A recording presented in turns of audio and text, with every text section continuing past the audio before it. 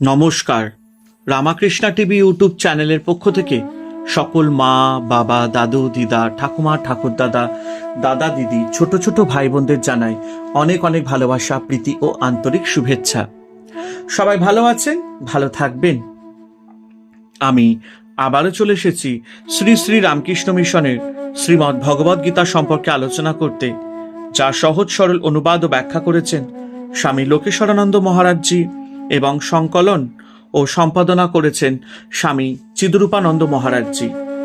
আমরা আলোচনায় আছি শ্রীমদ্ ভগবদ গীতার থেকে নবম অধ্যায় রাজযোগ, এবং আজ আমরা আলোচনা করব 29 নম্বর শ্লোক। এবং একটাই কথা বলবো, যারা যারা আমার আগের শ্রীমদ্ ভগবদ গীতার সম্পর্কিত শ্লোকের ভিডিওগুলি দেখা মিস করেছেন, অবশ্যই আপনারা আমার রামাকৃষ্ণা টিভি ইউটিউব চ্যানেলে আসবেন এবং শ্রীমদ্ ভগবদ গীতা প্লে লিস্টে গিয়ে আগের ভিডিওগুলো দেখে নিতে পারবেন। তো চলুন, হরির নাম নিয়ে আমরা শুরু করি আজকের আলোচনা। রাজযোগ, নবম অধ্যায়, 29 নম্বর শ্লোক। সমোহং সর্বভূতেষু না মে দেশ্যহস্তি ন প্রিয়, যে ভজন্তি তু মাং ভক্তা ময়িতে তেষু চাপোহম। অর্থাৎ এই শ্লোকে ভগবান বলছেন, আমি সর্বভূতে সমানভাবে বিরাজ করি, আমার প্রিয় ও অপ্রিয় বলে কিছু নেই, কিন্তু যারা আমাকে ভক্তিপূর্বক ভজনা করে তারা আমাতে অবস্থান করে এবং আমি তাদের হৃদয়ে বাস করি। ঈশ্বরের কাছে আমরা সবাই সমান, ছোট বড় কেউ নেই, কেউ আমার শত্রু নয়, আমার মিত্র কেউ নেই, সকলের প্রতি আমার সমান মনোভাব।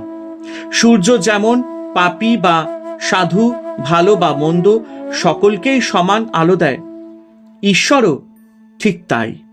তাহলে পার্থক্য কোথায়? তবে যে তাকে বেশি ভালোবাসে সে তাকে নানাভাবে পেয়ে থাকে, তিনি ভক্তাধীন। যে তাকে ভালোবাসে তিনি তার চিত্তের সমস্ত মলিনতা দূর করে দেন, তার চিত্তে তখন তিনি উজ্জ্বল হয়ে প্রকট হন, অর্থাৎ ঈশ্বরীয় শেষ সত্তা তা তখন সেই ভক্তের মধ্যে ফুটে ওঠে। সে তখন আর সাধারণ মানুষ নয়, স্বয়ং ভগবান। জবা ফুলের কাছে এক টুকরো স্ফটিক রাখলে সেই স্ফটিক জবা ফুলের রং পায়। ঈশ্বরের চিন্তা করতে করতে মন ঈশ্বরের রঙে রঙিত হয়, তখন মানুষ ভগবৎ সত্তা লাভ করে। স্বামী বিবেকানন্দ বলেছেন, ডিগনিটি অফ লেবার মানে শ্রমের মর্যাদা, প্রতিটি কাজই সম্মানের। Each is great in his own place.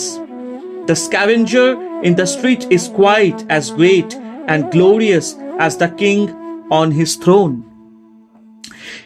নিজের নিজের ক্ষেত্রে প্রত্যেকেই বড়। রাস্তা ঝাঁট দিচ্ছে যে লোকটি আর সিংহাসনে আসীন যে রাজা, দুজনেই সমান বড়।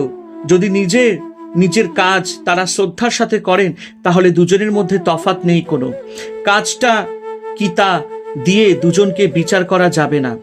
রাজা হয়তো রাস্তা ঝাড় দিতে গেলে মোটেই পারবেন না, আবার ঝাড়ুদার সেও রাজ্য চালাতে পারবে না। সমাজে সকলের যোগ্যতা সমান নয়, যোগ্যতা অনুযায়ী এক একজন এক একটা কাজ করে, এই পার্থক্য প্রকৃতির নিয়ম।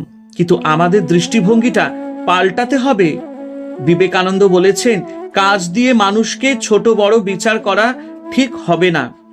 ছোট বড় ঠিক করা হবে কাজটা সে কিভাবে করছে তা দিয়ে।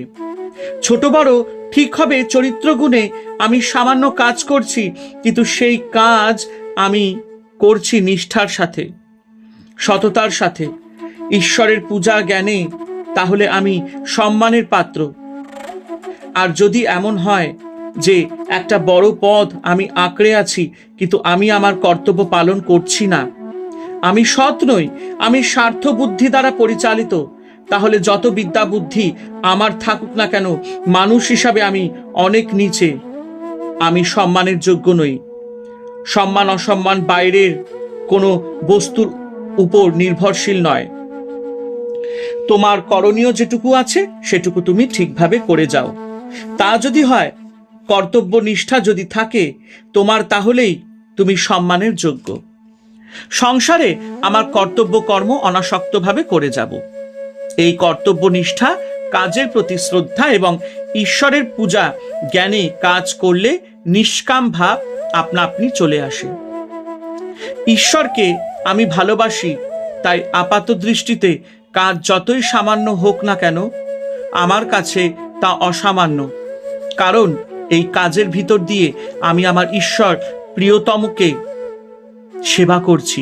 এই দৃষ্টিভঙ্গি দিয়ে যদি আমরা সংসারে সব কাজ করি, তাহলে শুধু আমার ব্যক্তিগত জীবনধারা নয়, সমগ্র জাতির জীবনধারা পাল্টে যাবে।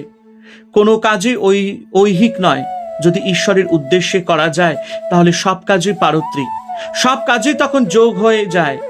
সেই সঙ্গে আমাদের মধ্যে ভেদ দৃষ্টি ঘুচে যাবে। আমরা শ্রদ্ধাবান ও